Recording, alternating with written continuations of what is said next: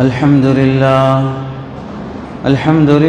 नहमदुहु व नस्तईनुहु व नस्तगफिरुहु व नु'मिनु बिही व नतवक्कलु अलैहि व नऊज़ु बिल्लाहि मिन शुरूरि अनफुसिना व मिन सय्यिआति अअमालिना मन यहदिहिल्लाहु फला मुदिल्ल लहु व मन युद्लिलहु फला हादिय लहु व नशहदु अन ला इलाहा इल्लल्लाह व नशहदु अन्ना मुहम्मदन अब्दुहु व रसूलुहु अम्मा बअदु फ़क़द क़ाल अल्लाहु तबारक व तआला फ़िल क़ुरआनिल मजीद वल फ़ुरक़ानिल हमीद अऊज़ु बिल्लाहि मिनश शैतानिर रजीम बिस्मिल्लाहिर रहमानिर रहीम व तज़व्वदू फ़इन्न खैरज़ ज़ादित तक़वा वत्तक़ूनि या उलिल अलबाब व क़ाल अन्नबिय्यु सल्लल्लाहु अलैहि वसल्लम इत्तक़िल्लाह फ़इन्नहु अज़यनु लिअम्रिकि कुल्लिहि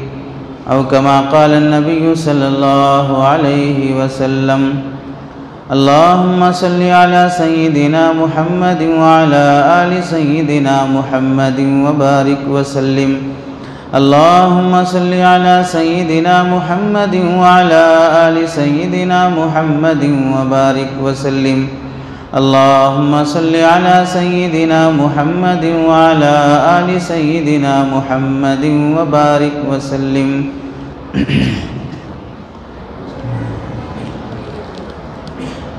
मेरे मोहतरम अज़ीज़ों, बुज़ुर्गों और दोस्तों,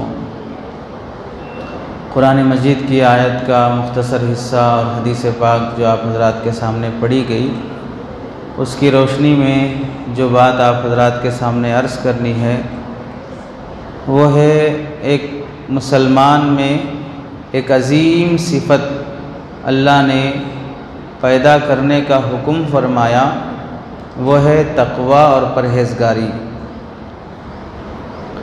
आदमी को अल्लाह का मुत्तकी और परहेज़गार बंदा बनने की कोशिश करते रहना चाहिए। कुरान मजीद में अल्लाह रब्बुल इज़्ज़त इरशाद फरमाते हैं व तज़व्वदू फ़इन्न खैरज़ ज़ादित तक़वा वत्तक़ूनि या उलिल अलबाब।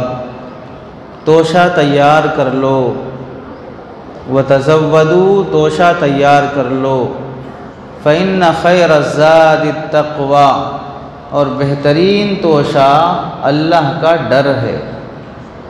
बेहतरीन तोशा तक़वा और परहेज़गारी है। एक और आयत में अल्लाह रब्बुल इज़्ज़त इरशाद फरमाते हैं इन औलियाउहु इल्लल मुत्तक़ून। अल्लाह के वली, अल्लाह के दोस्त सिर्फ़ वही लोग हैं जो मुत्तकी और परहेज़गार हैं, जो तक़वे के साथ परहेज़गारी के साथ ज़िंदगी गुजारते हैं, वही लोग अल्लाह के दोस्त हैं। वलियों से मुताल्लिक़ अल्लाह ताला ने फरमाया ला खौफ़ुन अलैहिम वला हुम यहज़नून। वलियों को न डरने की बात है, न गम करने की ज़रूरत है। अल्लज़ीना आमनू व कानू यत्तक़ून।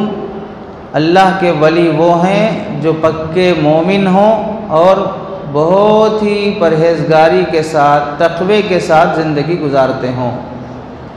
तक़वे के बग़ैर कोई बंदा अल्लाह का वली नहीं बन सकता।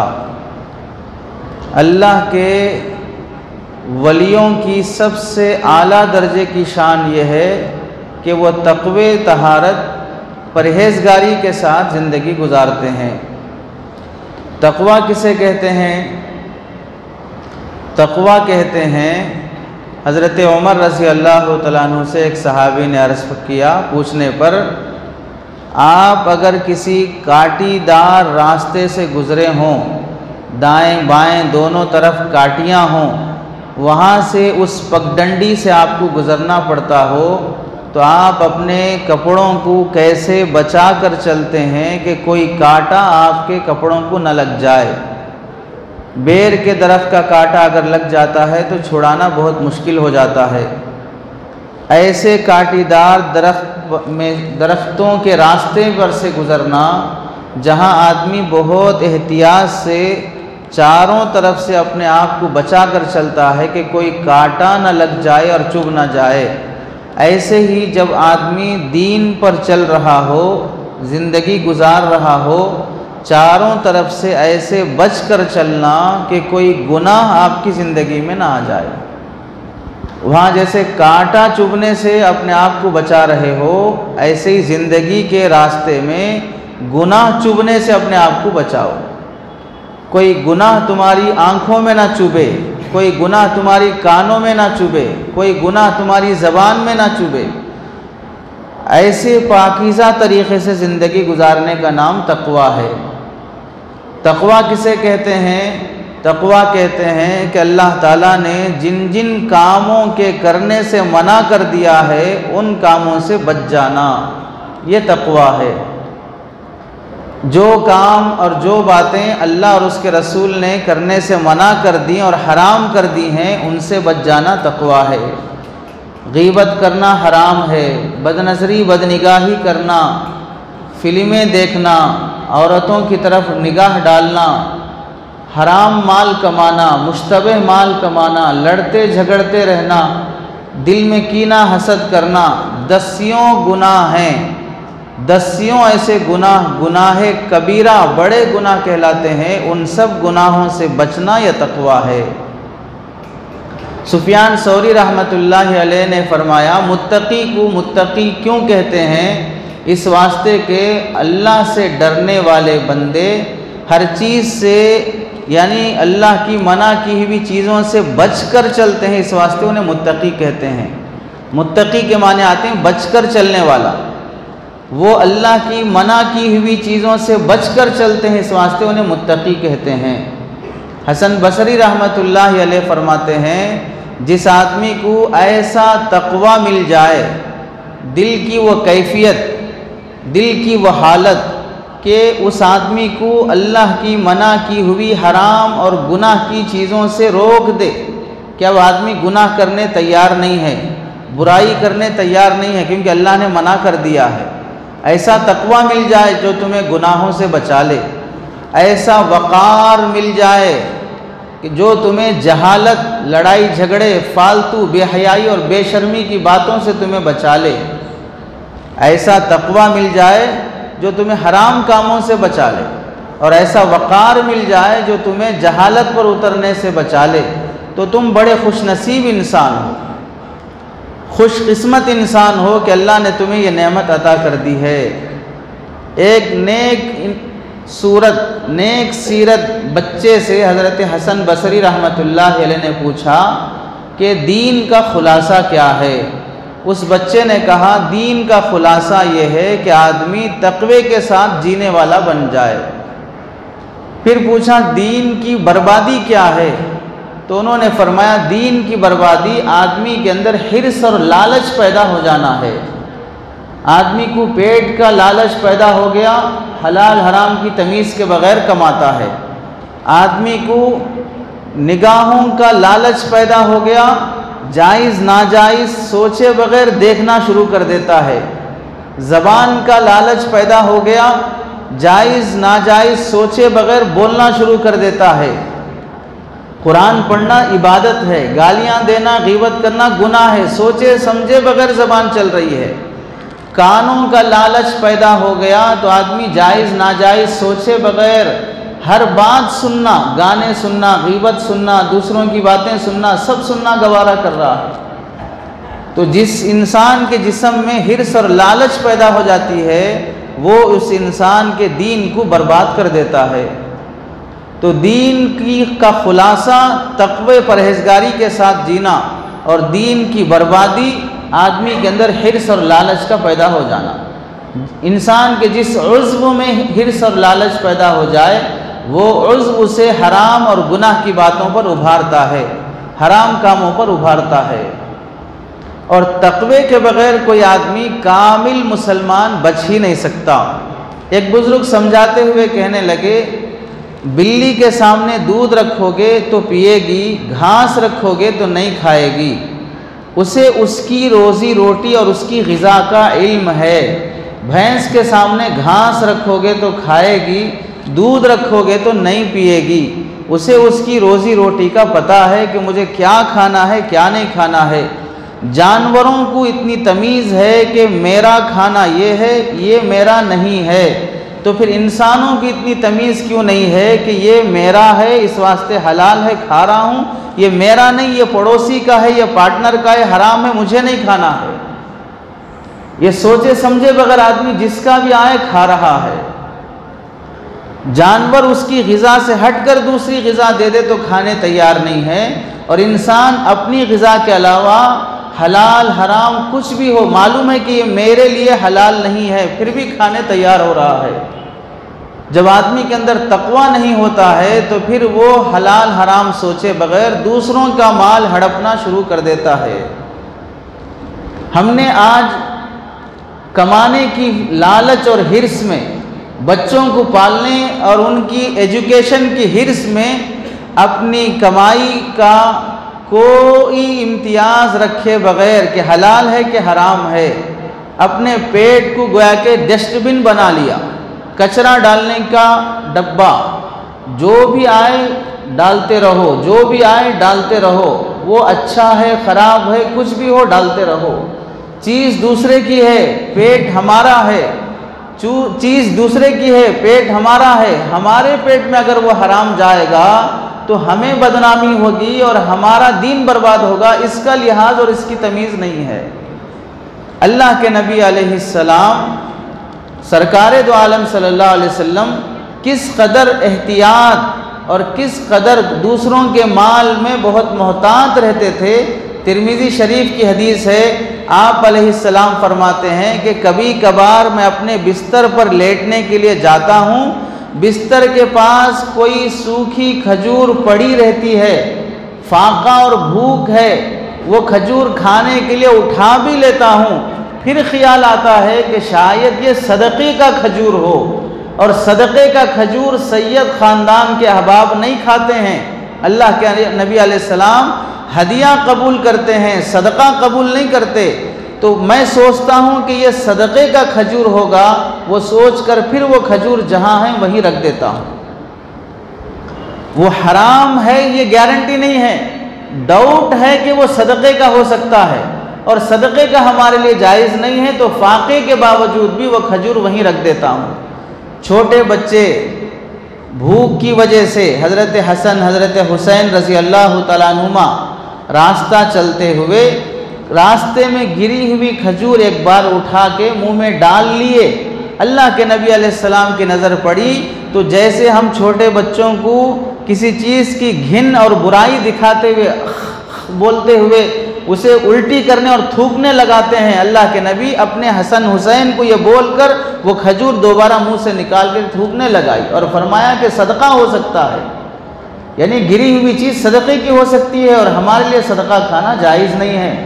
छोटे बच्चों को भी ये तालीम दी जा रही है। और आप अलैहिस्सलाम फरमाते हैं आदमी उस वक्त तक कामिल मुसलमान बन ही नहीं सकता है जब तक कि वो हराम चीज़ों में पड़ जाने के डर से हलाल चीज़ों से भी बचना शुरू ना कर दे। बचना तो हराम से है, लेकिन हराम से बचने के लिए आदमी हलाल से भी बहुत एहतियात से चल रहा है, तब तक वो आदमी कामिल मुसलमान बन ही नहीं सकता है। कमाल तक़वा ये है, हज़रत हसन बसरी फरमाते हैं तक़वे का कमाल ये है कि अल्लाह ने जिन चीज़ों को हराम किया उससे तो बच जाना ही है, लेकिन अल्लाह ने जिन चीज़ों को हलाल किया है उनमें भी बड़े एहतियात से अमल करो, कहीं ये हलाल पर जुर्अत से अमल करना तुम्हें हराम पर आमदा ना कर दे। ये भी चलता, ये भी चलता, ये भी चलता, ये चलता चलता आपको कहीं हराम की तरफ दौड़ने पे मजबूर ना कर दे। अब सोचे समझे बगैर हर एक का आदमी लूटना और खाना शुरू कर दे रहा है। सिद्दीक़ अकबर रज़ी अल्लाह तआला अन्हु के पास उनका नौकर या ग़ुलाम या कोई दूसरा शख्स दूध या कोई खाने की चीज़ लेके आया। 3 दिन या 1 हफ्ते की भी रिवायत है कि हज़रत सिद्दीक़ अकबर रज़ी अल्लाह तआला अन्हु फाक़े से हैं, पूछे बग़ैर कि ये दूध कहाँ से आया है, पी लिया। पीने के बाद बुखारी शरीफ की रिवायत है कि ग़ुलाम ने पूछा कि जब कोई चीज़ मैं आपको हदियतन ला के देता हूँ तो आप पूछते हैं कि कहाँ से आया है, इस बार आपने पूछा तक नहीं है। तो हज़रत अबू बकर सिद्दीक़ रज़ी अल्लाह तआला अन्हु ने पूछा कहाँ से लाए? तो नौकर कहने लगा कि ज़माने जाहिलियत में मुसलमान होने से पहले झाड़ फूंक और तावीज़ गंडे का काम करता था, और उस ज़माने में तावीज़ गंडे का काम कुफ्रिया अल्फाज से हो सकता है, इस्लाम नहीं आया है। तो क्या उसे सूरह फातिहा याद होगी, क्या कुल याद होगा, जबकि कुरान ही नाजिल नहीं हुआ है। अब झाड़ फूंक कर रहा है तो कोई मंत्र वंतर पढ़ के झाड़ फूंक कर रहा है, और मंत्र पढ़कर जो झाड़ फूंक किया जाता है वो जायज़ नहीं है, हराम है, और उस पर जो उजरत ली जाती है वो भी नाजायज़ और हराम है।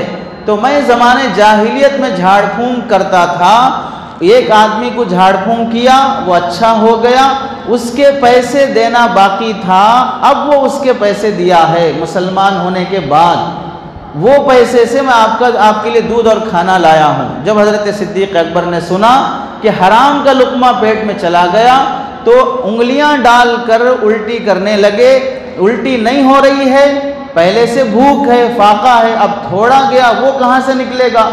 अब तो इतना खाते हैं कि उंगली डालो तो खाना हलक में लगेगा, वहाँ तो फाके के बाद जो दूध गया है पेट में अब वो उल्टी करने को है, नहीं हो रहा है तो पानी पेट भर कर पीने लगे। जब पेट भर गया अब उंगलियां डालकर उल्टी करने लगे, यहाँ तक के चेहरा बदल गया, रंग मुतगय्यर हो गया। फिर किसी ने कहा कि इतना ज़्यादा उस चंद लुक़मों के लिए कोशिश करने की ज़रूरत क्या है? तो आपने फरमाया वल्लाही, अगर अल्लाह की कसम मुझे ये बात का इल्म होता, इस बात का इल्म होता कि मेरे पेट का ये लुक़मा आखिरी हद तक मेरी जान के साथ भी निकलता, इधर मेरी जान निकली, इधर आखिरी लुक़मा निकला, तो भी मैं निकालने की कोशिश करता। इतना निकालने पे मुझे मजबूर होना पड़े कि मेरी जान भी जाने तैयार हो जाए तो भी मैं ये लुक़मा निकालने की कोशिश करता कि हराम का लुक़मा पेट में चला गया। हज़रत उमर रज़ी अल्लाह तआला अन्हु के ज़माने में माल गनीमत में मुश्क आया, इतर, अल फारूक में लिखा है किताब में, मुश्क आया। अब वो थोड़ा थोड़ा करके पूरे मुसलमानों में तकसीम करना है, मुसलमानों का हक़ है।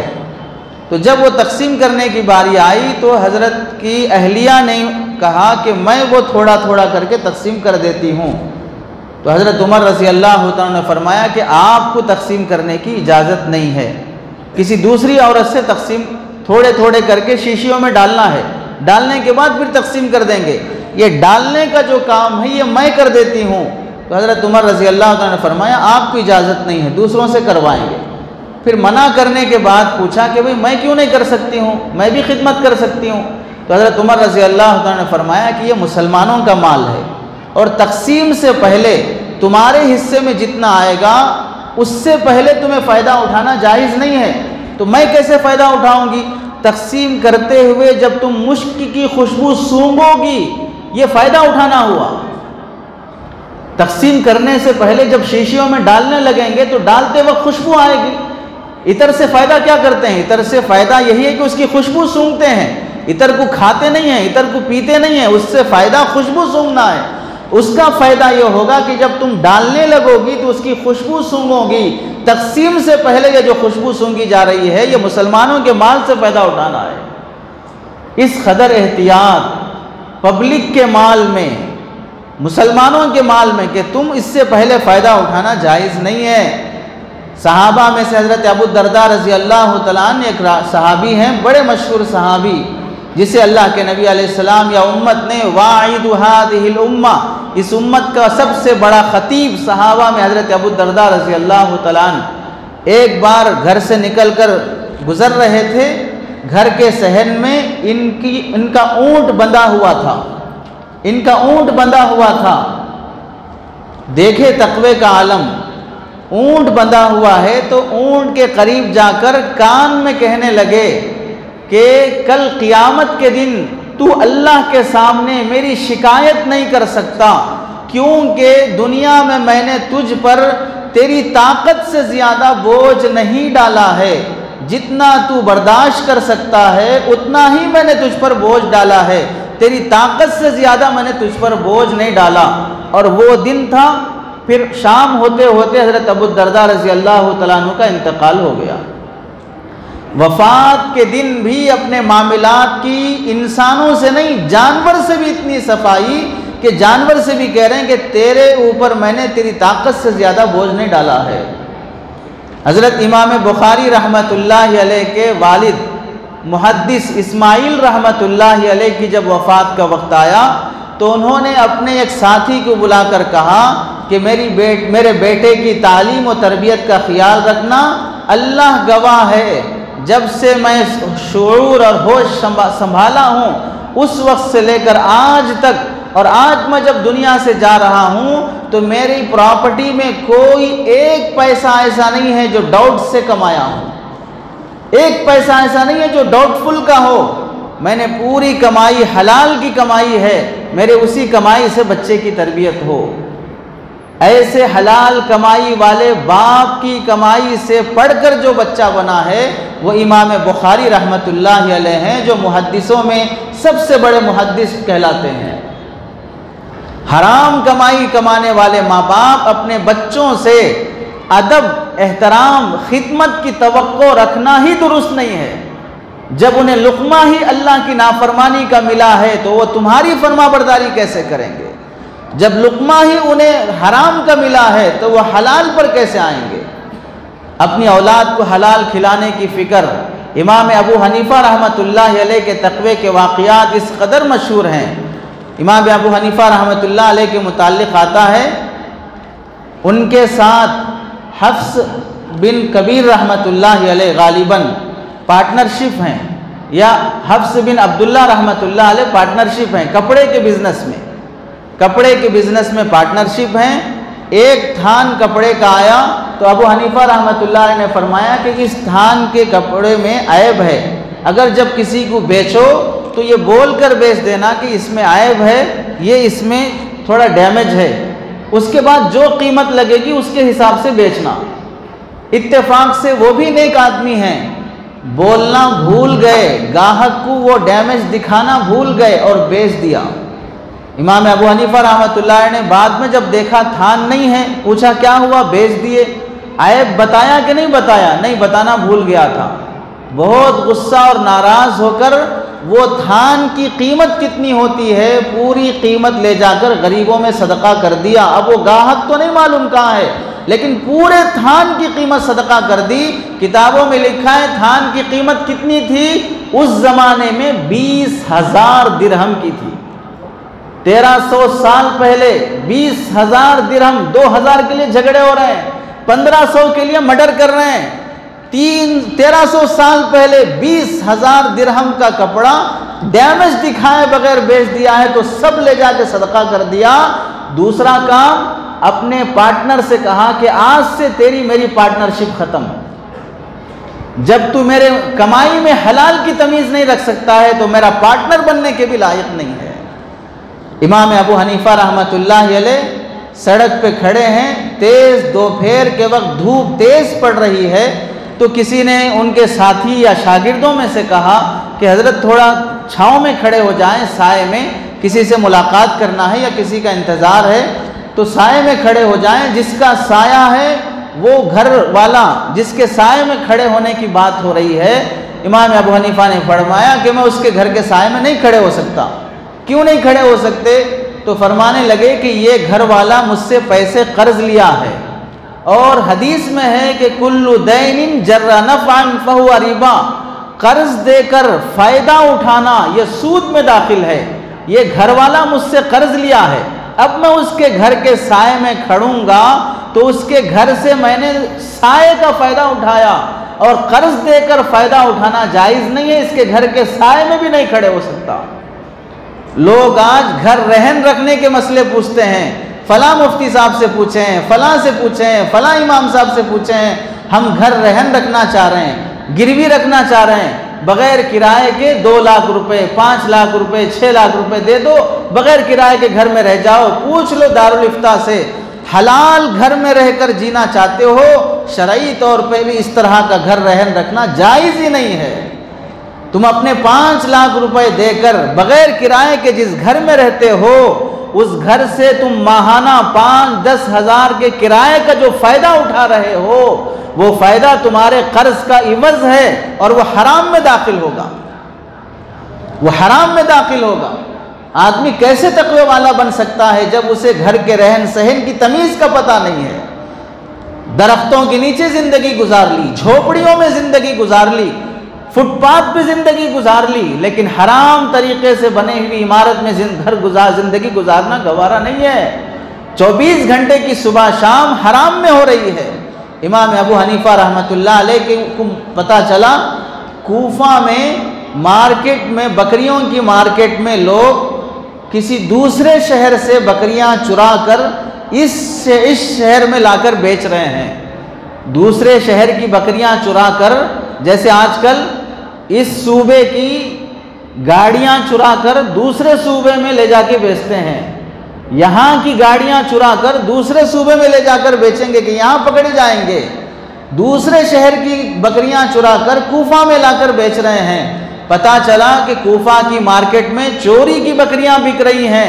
एक बकरियों की महारत रखने वाले को बुलाया और पूछा, आम तौर से बकरी कितने साल जिंदा रहती है?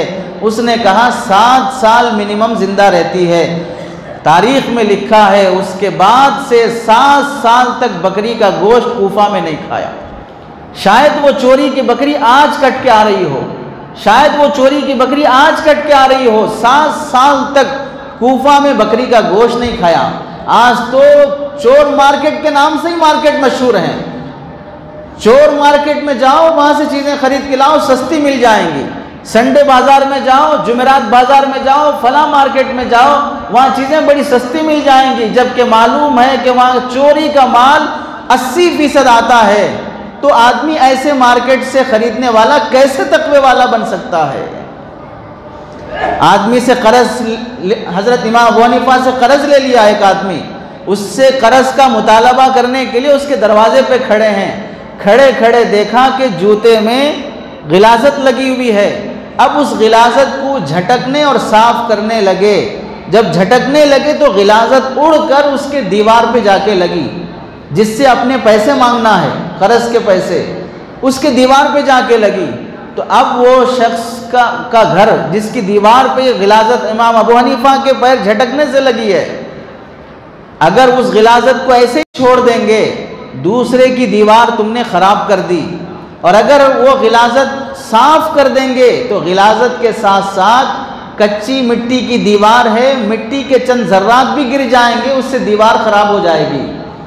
छोड़ोगे तो भी दीवार खराब, अगर खिकर कर साफ करोगे तो भी दीवार खराब। अब क्या करें? जब दरवाज़ा खटखटाया, वो मकरूज निकला जो पैसे देना है, वो हजरत को देख के शर्मिंदा होकर माफ़ी मांगने लगा कि नहीं, 1-2 दिन और टाइम दो, मैं दे देता हूँ। यहूदी था, कर्ज लिया हुआ था, टाइम मांगने लगा, माजरत करने लगा। इमाम अबू हनीफा रहमतुल्लाह अलैह उससे माजरत करने लगे कि मेरे पैर के जूते की गिलाजत तेरे दीवार को लग गई है, छोड़ूंगा तो भी खराब, साफ करूंगा तेरी दीवार फिर भी खराब है। जो कर्जा तू मुझे देना है, उस कर्जे के बदले में दरख्वास्त करता हूं कि ये जो गिलाजत मेरे पैर से लग गई मुझे माफ कर दे, और वो कर्जा माफ है, ये कर्जा माफ कर देता हूं, तू ये माफ कर दे। उस यहूदी ने जब ये मंजर देखा कि कैसे अखलाक हैं, फौरन कलिमा पढ़ के मुसलमान हो गया। ये इस मुसलमान का तकवा, हम अपने कर्जदारों के साथ, हम अपने माल की कमाई में किस कदर बेहतियात वाली ज़िंदगी, किस कदर बेहतियाती की ज़िंदगी। दिन के वक्त आदमी दुकान खोलकर बिजनेस करता है, और इमाम अबू हनीफा रहमतुल्लाह अलैह एक बार बादल छा गया, धूप नहीं है। उस ज़माने में दुकानों में चिराग, लाइट, बल्ब लगाने का रिवाज नहीं था। सूरज की रोशनी से दुकान में जो रोशनी होती वही रोशनी काफ़ी होती थी। बादल छा गया, थोड़ा अंधेरा अंधेरा हो गया। इमाम अबू हनीफा रहमतुल्लाह अलैह दुकान बंद करके जा रहे हैं। दूसरे दुकानदार ने पूछा, क्या बात है, आज जल्दी दुकान बंद कर रहे हैं? आज कोई बिजनेस करना नहीं है, कोई गिराक नहीं है, ठंडा चल रहा है। इमाम अबू हनीफा ने फरमाया, बात वो नहीं है, बात यह है कि हमारी दुकान जो चलती है सूरज की रोशनी में लोग कपड़ा देखते हैं कि कौन सा कपड़ा कैसा है। अब बादल है, रोशनी साफ नहीं है, कोई ग्राहक आया, कपड़ा पहचानने में उसे गलतफहमी हो गई, चूंकि उजाला नहीं है, रोशनी कमा हक़ नहीं है, कपड़ा पहचानने में गलत हो गई, तो हो सकता है घटिया कपड़ा वो खरीद कर ले जाए, अच्छा समझकर उसे धोखा हो जाएगा, इस वास्ते दुकान बंद करके जा रहा हूँ। और आजकल कपड़े के दुकानदार, चूड़ियों के दुकानदार, जूतों के दुकानदार और जेवरात के दुकानदार इतना डेकोरेशन, इतना बल्ब लगाते हैं कि घटिया से घटिया चीज़ भी इतनी भारी दिखती है कि गोया के हजारों करोड़ों रुपए की है। ऐसी रोशनी में दुकान चमका कर रख रहे हैं कि देखने वाला चकाचौंध हो जाए, ऐसी खुशनुमा लगती है। जब घर लाकर देखते हैं तो फिर सादी सीधी मामूली है। अब ऊपर बोर्ड लगा है नो एक्सचेंज नो रिटर्न, ना बदलेंगे ना वापस लेंगे। अब ले जाकर वापस करना चाहते हैं तो कोई वापस लेने वाला नहीं है। और उधर दूसरे जो अखलाक वाली तिजारत है वो अपने बिल में लिख रहा है कि 1 हफ्ते तक अगर डैमेज ना हो तो हमारा माल हम वापस ले सकते हैं, हमारा माल हम वापस लेंगे, 1 हफ्ते तक आपको हम टाइम दे रहे हैं। और इधर मुसलमान इतना शरीफ ताजिर है, लिख के लगा रहा है कि नो एक्सचेंज नो रिटर्न, ना वापस होगा ना बदलेंगे। और वहाँ पर दुकान बंद हो रही कि मेरी दुकान से कोई ग्राहक धोखे में ना पड़ जाए। मय्यत का नज़ा की हालत में है, सरहाने बैठे हैं, दम निकलने को है, कलीमा पढ़ के वो शख्स दुनिया से चला गया। इमाम अबू हनीफा रहमतुल्लाह अलैह या कोई और बुजुर्ग सरहाने जो चराग जल रहा था वो चराग बुझा दिया, फ़ौरन अंधेरा हो गया। लोगों ने पूछा कि हज़रत अंधेरे में चराग जलाइए, तो फरमाने लगे जब तक ये जिंदा था ये चराग इसका था, जब ये मर गया अब इसकी सारी मिल्कियत इसके वारिसीन की हो गई। इसके वारिसीन में बेटे हैं, बेटियां हैं, बच्चे हैं, बड़े हैं, सबकी इजाज़त हो तो ये चराग जलेगा, वरना ये चराग नहीं जलेगा। अब ये इसका नहीं है चराग। अब इधर बाप मरा, यहीं आने वाले लोगों को जियारत की दावत, चिल्ले की दावत, 40वें की दावत, 11वें की दावत, सब दावतें हो रही हैं। किसके माल में से? मय्यत के माल में से। मय्यत के माल में से 1 घूंट पानी भी किसी को पिलाना दुरुस्त नहीं है, कोई तमीज़ नहीं है। और फिर मुसलमान ये समझ रहा है कि मैं हिसाले सवाब कर रहा हूँ, मैं मेरे बाप को सवाब पहुँचा रहा हूँ, मेरी माँ को सवाब पहुँचा रहा हूँ। तेरी माँ की दुनिया से जाने के बाद उसकी पूरी प्रॉपर्टी में सबसे पहले उसके जनाजे का इंतज़ाम, उसके बाद उसके कर्जे की अदायगी का इंतज़ाम, उसके बाद उसकी वसीयत का इंतज़ाम, उसके बाद आएगा तेरी प्रॉपर्टी का इंतज़ाम। उससे पहले ही तुमने लोगों को खिलाना शुरू कर दिया। ईसाले सवाब के लिए मस्जिदों में, फला में, बेवाओं में, यतीमों ताउन करना शुरू कर दिया। और लोग जाते भी हैं जियारत के नाम पर, 3 दिन के बाद, 10 दिन के बाद, 40 दिन के बाद खाने खा के भी आते हैं। शर्म आनी चाहिए लोगों को कि हम कौन से वक्त क्या खाना चाहिए, इतनी भी तमीज़ नहीं है। खिलाने का रिवाज खुशी के मौके पर होता है, खिलाने का रिवाज गम के मौके पर नहीं होता है। आपका बेटा इंतकाल हो गया, उस मौके पर आप बोलेंगे जाके वहाँ पैराडाइज से अच्छी बिरयानी लेके आओ, शागोश से एक अच्छी बिरयानी लेके आओ। किस बात में? बेटा मर गया है। पागल कहेंगे ऐसे बाप को कि गम की हालत में तुम बिरयानी खाओगे। अब इधर बाप का इंतकाल हुआ, पूरे महल्ले को बुला के दावत दे रहा है और सब बिरयानी खा रहे हैं। और उसे कोई नहीं समझ रहा है कि भाई ये इस वक्त खाने का कोई, इस वक्त तो गम में आदमी खाता नहीं है, गम में अपने मामूल का खाना भी छोड़ देता है, मज़े का खाना तो दूर की बात। और किसी आलिम ने बड़ी अच्छी बात कही है, अगर ये मरने के टाइम पे भी खाने का रिवाज, खिलाने का रिवाज यूं ही चलता रहेगा, आपका निकाह हुआ तो भी बिरयानी की दावत थी, वलीमा हुआ तो भी बिरयानी की दावत थी, अकीक़ा हुआ तो भी बिरयानी की दावत थी, लोग आ रहे हैं, मुसाफा कर रहे हैं, मज़े लेके खा रहे हैं। और फिर जब आपके घर में बाप का इंतकाल हुआ तो भी बिरयानी की दावत हो रही है, माँ का इंतकाल हुआ तो भी बिरयानी की दावत हो रही है। भाई खुशी में भी बिरयानी खा रहे हैं, गम में भी बिरयानी खा रहे हैं, कोई मरा तो भी बिरयानी खा रहे हैं, कोई पैदा हुआ तो भी बिरयानी खा रहे हैं। तमीज़ नहीं है कि किस वक्त क्या खाना चाहिए, गम में ये खाते खिलाते हैं। तो अगर यही रिवाज रहेगा तो फिर लोग आपके बड़ों के मरने की तमन्नाएं करेंगे। भाई शादी तो करके बहुत दिन हो गया, आप कोई दावत नहीं हुई, अच्छा हो कोई आपके घर में टपक जाए तो एक बार दावत हो जाएगी। फिर वो खाते खाते दुआएं करेंगे, माशाअल्लाह बड़ा ज़बरदस्त है, वो फलां अब्दुर्रहमान साहब जाते जाते दावत करके गए हैं, कोई और दूसरे साहब भी चले जाएं तो 2 दिन के बाद वहाँ भी दावत हो जाएगी। कैसी हिमाकत है कि हम क्या खा रहे हैं क्या नहीं खा रहे हैं, और फिर लोग उसे इसाले सवाब समझते हैं। अपने अपने मसलक के उलमा से पूछ लो कि ऐसे मौके पर दावत अगर की जाती है किस माल में से करना चाहिए, खिलाना है तो किन लोगों को खिलाना चाहिए। भूखे और फाके और पेट खाली आदमी को खिला रहे हो तो सवाब की कुछ उम्मीद है। खुद अपने अपने रिश्तेदारों को जमा कर रहे हैं, दूसरे खाते पीते घराने को लोगों को जमा कर रहे हैं और खिला रहे हैं, और इसे इसाले सवाब। इस पे क्या सवाब मिलेगा? ये किसकी मिल्कियत में से खिलाया जा रहा है? इमाम अबू हनीफा रहमतुल्लाह अलैह चिराग बुझा रहे हैं कि अब इसमें मिल्कियत इसकी नहीं है, दूसरों की, अब ये जायज़ नहीं है। ऐसे तकवे के बाद कोई आदमी इमाम बनता है, ऐसे तकवे के बाद दुनिया 1300 साल गुजर गए, आज भी हम जिस मसलक के मुताबिक नमाज पढ़ते हैं इमाम अबू हनीफा का मसलक है। उनकी मेहनत है कि आज दुनिया की पौनी दुनिया के हिस्से के मुसलमानों की नमाज में अबू हनीफा का सवाब दाखिल है। हम कौन सी भी तहज्जुद पढ़ लो, कौन सी भी फ़र्ज पढ़ लो, सब में अबू हनीफा रहमतुल्लाह अलैह को सवाब पहुँचता है, क्योंकि वो मसाइल जिस पर हम अमल कर रहे हैं वो उनकी मेहनत का नतीजा है। आदमी कौम का मुक्तदा ऐसे नहीं बन जाता है, ऐसे तकवे तहारत के बाद वो कौम का मुक्तदा बनता है। बाज़ उलमा ने यहाँ तक किताबों में लिखा है, वक्त का बादशाह बुलाकर गवर्नर जस्टिस बनाना चाह रहा है, आपने कहा मैं जस्टिस नहीं बनूंगा, ज़बरदस्ती कर रहा है। अगर नहीं बनना है तो फिर आपको फतवा और मसला बताने की इजाज़त नहीं है। कहा ठीक है मैं मसले बताना छोड़ दूंगा लेकिन जस्टिस नहीं बनूंगा। जब घर पहुँचे किसी ने घर में मसला पूछा कि ये क्या मसला है, तो फरमाने लगे कि मैंने गवर्नर से कह दिया है कि मैं मसले नहीं बताऊंगा, तुम्हें भी नहीं बता सकता, तुम किसी और से पूछ लो।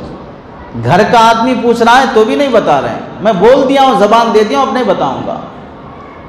आदमी यहाँ बिजनेस करता है, अपने दुकान का, अपने प्लाट का, अपनी मलगी का, शाम हुई कोई अच्छा रेट आया तो मुकर जाता है, शाम हुई मुकर जाता है और झूठ बोलकर 50,000 लाख रुपए 2 लाख रुपए कुछ एक्स्ट्रा आ गए, उल्टी चाल और उल्टी गिनती गिनना शुरू कर देता है। ऐसी हराम के बाद कभी औलाद पनप नहीं सकती है। औलाद के पनपने के लिए ज़रूरी है कि हम हलाल और हराम में तमीज़ करके पाकीज़ा चीज़ अपने बच्चों को खिलाएं। एक बार इमाम अहमद बिन हम्बल रहमतुल्लाह अलैह के पास एक औरत आई। उस वक्त के ज़माने के बड़े बुजुर्ग बिश्र हाफी रहमतुल्लाह अलैह जवानी में बड़े शराबी थे, शराब की लत में, नशे में रास्ते से गुजर रहे थे। एक कागज़ पर बिस्मिल्लाहिर्रहमानिर्रहीम लिखा देखा, नशे में है फिर भी अल्लाह का नाम लिखा देखा, फ़ौरन उठा लिए, आँखों को लगाया और उसे इतर लगाकर ऊंची जगह पर बड़े अदब एहतराम से रखा।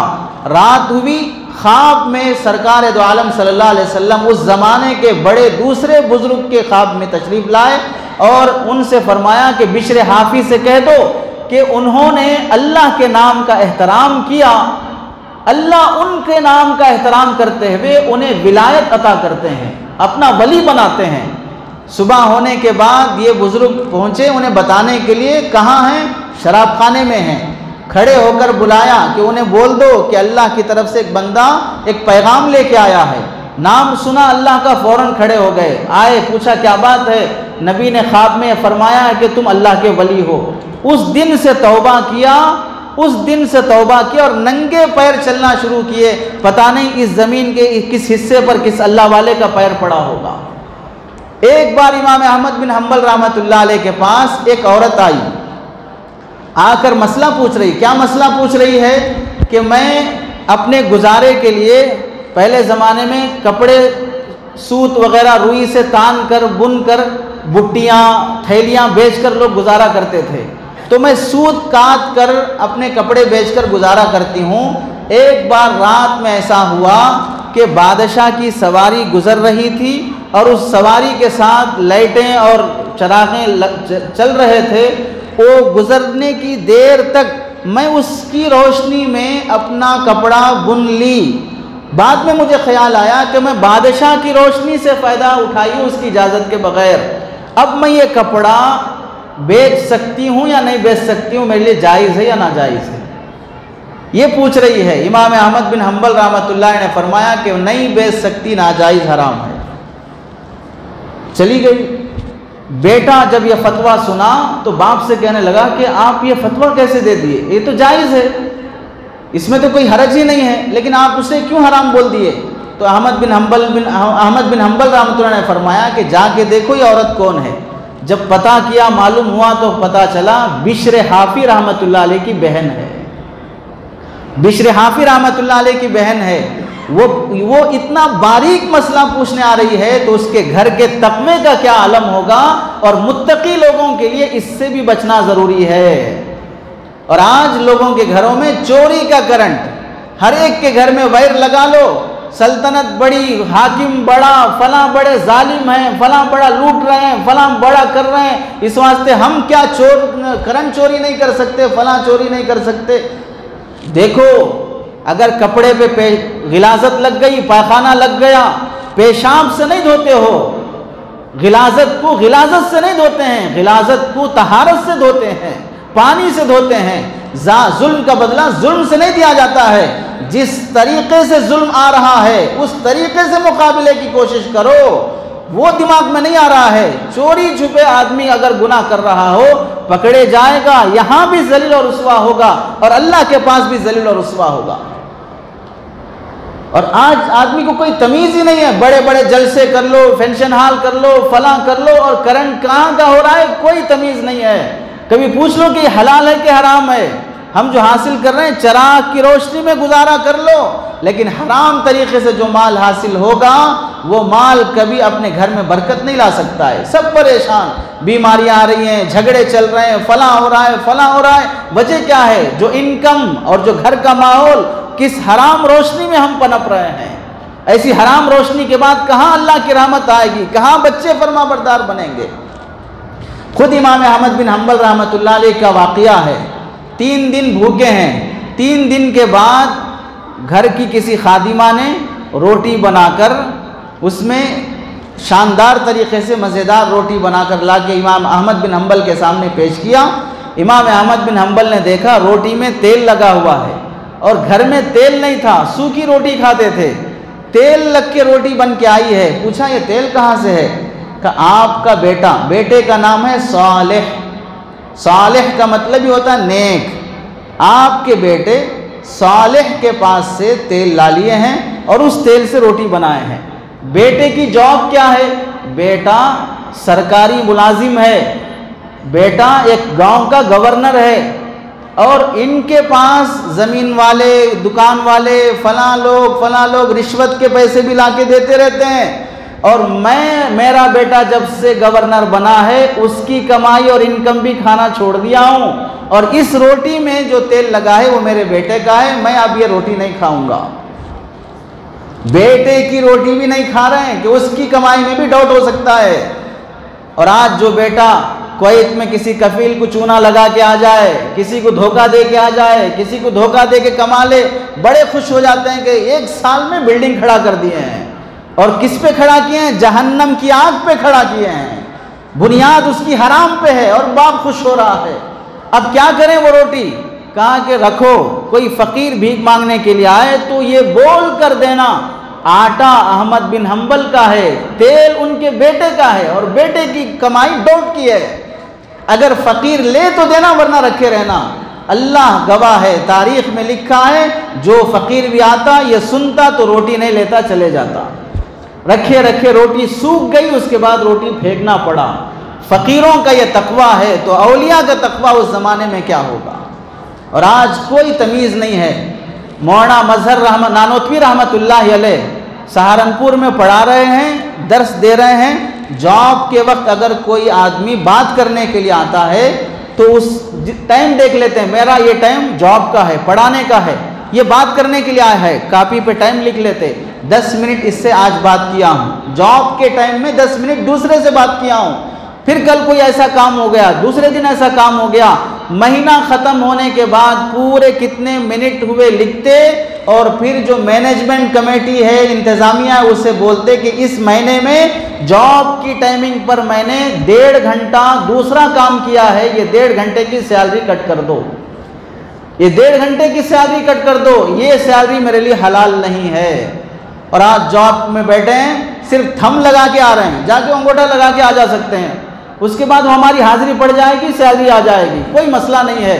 और पढ़ने जा नहीं रहे हैं, सिर्फ जाके वो जो मैनेजमेंट का इंतज़ाम करने वाला है उसे 1000-2000 महीने में 500-200 चाय पानी को पकड़ा दो, पूरे महीने वो हमारी हाजिरी लगा देगा, वो हमारे अटेंडेंस लगा देगा और हमारी गैर हाजिरी शुमार नहीं होगी और फिर एग्ज़ाम में हमें बैठने को इजाज़त भी मिल जाएगी। ऐसे हराम तरीके से कौम पनप रही हो तो कहाँ से तरक्की मिलेगी, कैसे अल्लाह ताला की रहमत नाजिल होगी। मुजफ्फर हुसैन साहब रहमतुल्लाह अलैह देवबंद के अकाबिर में से, इतने बड़े पाकीज़ा तक़वे वाले, जब तक ज़माने तालिब इल्मी में पढ़ने के दौर तक 8 साल 10 साल जब तक पढ़ते रहे, चूँकि खाने का नज़्म मुश्किल है तो रोटी, सूखी रोटी पानी में मिलाकर खाते थे, सालन के साथ नहीं खाते, होटल से सालन खरीद के खाना नहीं खाते। क्यों नहीं खाते हैं? सालन में लोग आम की खटाई मिलाते हैं और आम जो बिकता है वो दरख्त पर फल आने से पहले ही बागीचा लोग खरीद लेते हैं। 2 साल के लिए बागीचा खरीद लिया, 3 साल के लिए बागीचा खरीद लिया, फल आया नहीं, फल आने से पहले बागीचा खरीद लिया, अब वो मार्केट में फल आ रहा है और फुक़हा लिखते हैं ऐसा बिजनेस दुरुस्त नहीं है और वो बिजनेस वाला फल मार्केट में आके बिक रहा है और उससे बना हुआ सालन में इस्तेमाल नहीं करता हूँ। कैसा तकवा था इन बुजुर्गों का। हजरत थानवी रहमतुल्लाह अलैह गन्ना लेकर सहारनपुर से कानपुर जा रहे हैं अपने सफ़र के लिए, रास्ते में रेलवे स्टेशन पे अपना लगेज तुलवाना है, लगेज तुलवाने के लिए उस जो लगेज तोलने वाला उसके पास गए, वो पहचानता था, गैर मुस्लिम था, उसने कहा कि साहब तुलाने की ज़रूरत नहीं है, गार्ड को हम बोल देंगे, वो आपको कुछ नहीं बोलेगा। उन्होंने कहा, हज़रत थानवी ने कहा कि मेरा सफ़र बहुत लंबा है, नहीं आपको तो कानपुर जाना है, यहाँ से एक गार्ड है गाज़ियाबाद तक जाएगा, फिर वहाँ से दूसरा गार्ड है, हम उसको भी बोल देंगे, आप कानपुर तक, वो कुछ नहीं करेगा। तो हज़रत ने फरमाया नहीं मेरा सफ़र और आगे है। तो उसने कहा कि गाड़ी तो कानपुर तक ही जाएगी, तो और आगे आप कहाँ जाएंगे? तो हज़रत थानवी ने फरमाया मेरा सफ़र आखिरत तक है, वहाँ अगर लगेज नहीं तुलवाया तो फिर उसका क्या मैं हिसाब दूंगा? तुम सिर्फ मुलाजिम हो, तुम ओनर नहीं हो, हुकूमत का माल है, ये लगेज तोल कर जितना पैसा बनता है मैं उतना पैसा अदा करूंगा। बगैर टिकट के सफ़र कर लो, लटकते हुए सफ़र कर लो, यहाँ से वहाँ तक स्टॉप है, ऐसे ही बस को पकड़ के कूद जाओ, ये सब बदतमीजियाँ जो नौजवानों में हो रही हैं, ये हराम का सफ़र, अल्लाह ताला को हर बात का हिसाब देना है। सोचो किस सुराख से हमारे अंदर बेदीनी और हराम आ रहा है, जिसकी वजह से ये तकलीफ़ें, ये मुश्किलात का हमें सामना करना पड़ता है।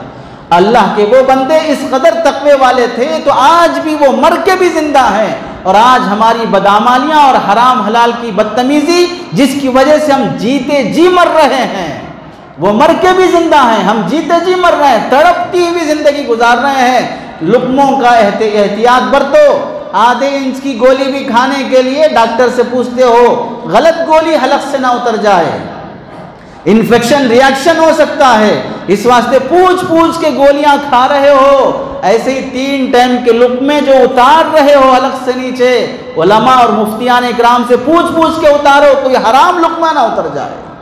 हराम का लुक़मा अगर उतर गया, गोली गलत हो सकता है कब्र में जाओगे, लुक़मा अगर गलत हो गया तो हो सकता है नहीं, गारंटी है जहन्नम में जाना। जहन्नम में गए बगैर उसका जिस्म जन्नत के लायक नहीं बन सकता है। अल्लाह से दुआ है कि अल्लाह ताला हमें हलाल हराम की तमीज़ नसीब फरमाए।